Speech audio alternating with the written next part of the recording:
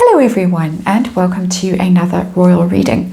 I'm doing these readings quickly this Wednesday morning. Well, not quickly, it's taking quite a lot of time actually, but I have a lovely gap this morning and so I thought I would do these readings early. It's a lovely sunny morning here in South Africa after that terrible storm we had, and I still have the Shadowland Tarot on the tarot table. And I have it here because I am carrying on reading about lies and lies that might come from your shadow self. And the lies now that we are looking at might come from the Harkles themselves in this mockumentary, the Netflix docuseries. And someone came out and said, in response to the allegation that there is institutional gaslighting from the royals and perhaps from the press as well, we're not quite sure who that is, that no one is taking lessons in honesty from Harry and Meghan, which I thought was quite a fun quote. No one is taking lessons in honesty from them. Let's remind you, before I even touch these cards, that this is a tarot reading for entertainment purposes. It is all just my opinion, speculation. I do these royal readings for archetypal reasons, for learning purposes, and there is a disclaimer in the box below. And I'm going to look at this now, not so much about the lies, but the alleged lies, but about the public's response to them, because Forbes has come out with quite a scathing article on the mockumentary, the docuseries, and said that it's going really badly for Harry and Meghan. And they point out the tomato meter, the statistics on Rotten Tomatoes, and the critics are giving it a 45% positivity score, but the viewing public, you and me, the audience score is 12%. And as the writer of this article said, he or she, I'm not sure actually, has never seen such a low score for a reality series on Netflix. This is shocking, shockingly bad. So I want to know, 7-card reading with the Shadowland Tarot, I want to know why people are watching. Why are they tuning in? Because they are. And what are they thinking while they're watching? And in particular, credibility. How is Harry's credibility? How do they see that? How do they see Meghan's credibility? There are others, of course, that are appearing. Christopher Boozy, Doria, we'll have to look at. How they felt about the Harkles before and how they feel about the Harkles now that the whole thing is over. And I've done this a bit crooked, so let's just scooch the cards along a bit so I can get some space to put my underlying energy card down. Still learning this new space that I'm reading in. Queen of Cups is the underlying energy. It's the Diana story. It's, oh, poor us.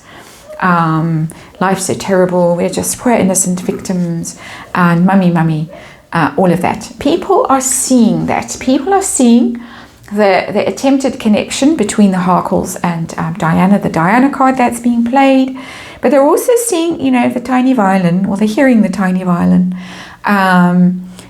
Poor us. We're just so sweet and kind, and we want to woo you all with our tale. The Queen of Cups always, for me, is a bit of a reminiscing energy. I'll put her over there. A past energy, looking at the past in a somewhat melancholy way. She's a bit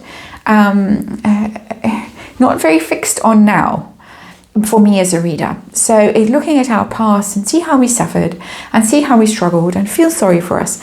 So that is the underlying narrative. That is what's going on. I think people get that. It's not terrible, it's not negative, but they do get it.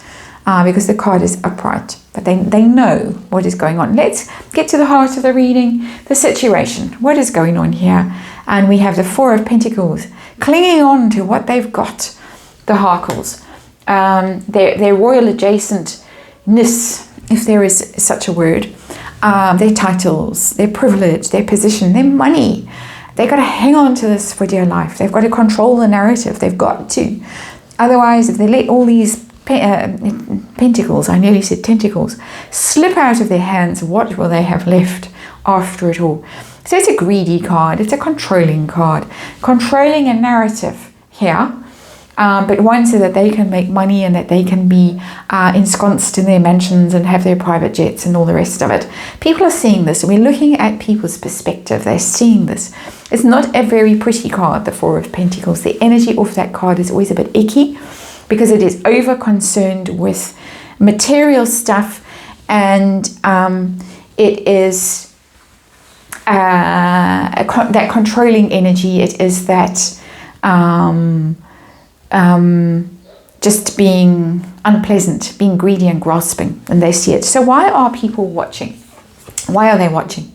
Six of Cups in reverse, because they want to know all the sorry tales from the past. They're fascinated by it. Six of Cups is the memory card, is the past, is when you were children and your little friends and your family and all those lovely things that happen. They want to know. They want to know what Harry has to say about his past with Princess Diana and the divorce and William, and what was William like, and what was it like with Catherine when she first came into the family, and Meghan and the children. They're curious. Everybody's curious. Otherwise, you know, there would be no Netflix basically, and there would be no YouTube, and there would be us all sitting at home still rubbing sticks together to make fire. Basically, curiosity kills the cat, but it sets us off on our adventures. People are fascinated by the sorry tales that Harry and Meghan are going to spin. Their tales of woe. They are intrigued. They are, you know, it's rubbernecking, basically. They are watching the car crash. Fascinated. How do they feel as they are watching? What's going on in their minds as they are watching? Three of Wands in reverse. They're thinking, oh dear, this isn't going well. Three of Wands is the expansion card, the waiting and hoping and things growing and projects growing and expanding and your fortunes expanding. But in the reverse, shrinking. They're thinking, oh dear, they've really backed themselves into a corner with this now. And how are they going to get out of this situation? Because all those ships that they set off with have now sunk. The Three of Wands, very simply waiting for your ships to come in. The ships have got holes in the hull. They've perhaps caught fire. There's been a tempest dashed against the rocks. This is bad. They're watching this, and this is bad. They are watching the ships go down. How do they feel about Harry's credibility? Do they believe what he's saying with his Six of Cups? Do they believe it? Nine of Wands in reverse. Nope, they don't. They think he is just, he's on his last legs there, making his last stand upright. The Nine of Wands, the wounded warrior, the wounded hero. That's Harry, the Edward Lane Fox Harry that we all knew and loved. And now they're seeing it without that edifice around him. It's all come falling down. When the Nine of Wands is in the reverse, you give up. And this is somebody who is so damaged, so battered, that they're on the ground now, defenseless. He is no longer protected by the royal family. That's why the barriers are down. Those barriers were up around him for years and years and years. He was in a fortress, and he was protected. Every step, every move, everything he did, he was protected. Now it's all gone. That edifice around him, that scaffolding around him has come crashing down, and he has come crashing down, and they see it. They see how damaged he is. They see how wounded, how vulnerable, how exposed, how he has basically given up and let go. When the card is upright, you are firm, you are strong, you're bruised, you're battered, but you're still standing. You might have had all your arms and legs cut off and you're spurting blood, but you're still standing. He's just lying on the ground spurting blood. My opinion. And how do they feel about Meghan and her credibility? Seven of Pentacles. Well, they see her as somebody who is basically in it for what she can get out of the situation. Seven of Pentacles is, look at what I have accumulated. Taking stock, counting the money. The Queen is in her counting house. That is what they see. She is in her counting house, and she is counting. And as the crows might be circling to peck out the king's eyes or somebody's eyes, I've forgotten whose eyes the crows peck out. And but she's in her counting house, and she is taking stock, and she is it's calculated. It's a calculated energy with the Seven of Pentacles. You're sitting there with your abacus and you're saying, I've got this and I've got that and I've got whatever. So it's not a big fat lie. but they see her as being very invested in this, very money driven. And that's all she's interested in, really. Harry is, oh, woe is me. He's sitting under that Six of Cups in reverse. Oh, woe is me. I'm so damaged. She is was hoping for ships. It's called me to do this. I don't normally do it with these readings, but the cards sitting under each other, it's telling me, the energy is telling me that they're linked. So her ship is the one that's sinking. And she's still counting, but actually while she's counting, the ship is going down. So that's interesting. How did they feel about Harry and Meghan before they watched this first volume? Four of Swords in reverse. How interesting. Four of Swords is a card of is taking yourself out of the battle. You've lost, and you've gone away to lick your wounds and to heal and to think and reflect and perhaps gain some wisdom, have a little rest, heal. The card is in the reverse. They see them as just going on and on and on and on and on about their wounds and their woes and their troubles. They saw that before. So it wasn't like they watched the thing and thought, oh my word, will these two ever shut up about what terrible time they've had? They knew about it before. And so they went into it expecting this misery and woe, but sort of enjoying it. They didn't go in innocent and blind and neutral. They went in knowing that these two whingers never shut up. Not for 1 second, about what terrible things have happened to them. How do they feel at the end of it?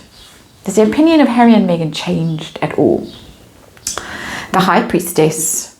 They think that there are secrets. They think that there is something going on here that they might not have suspected before. That's interesting.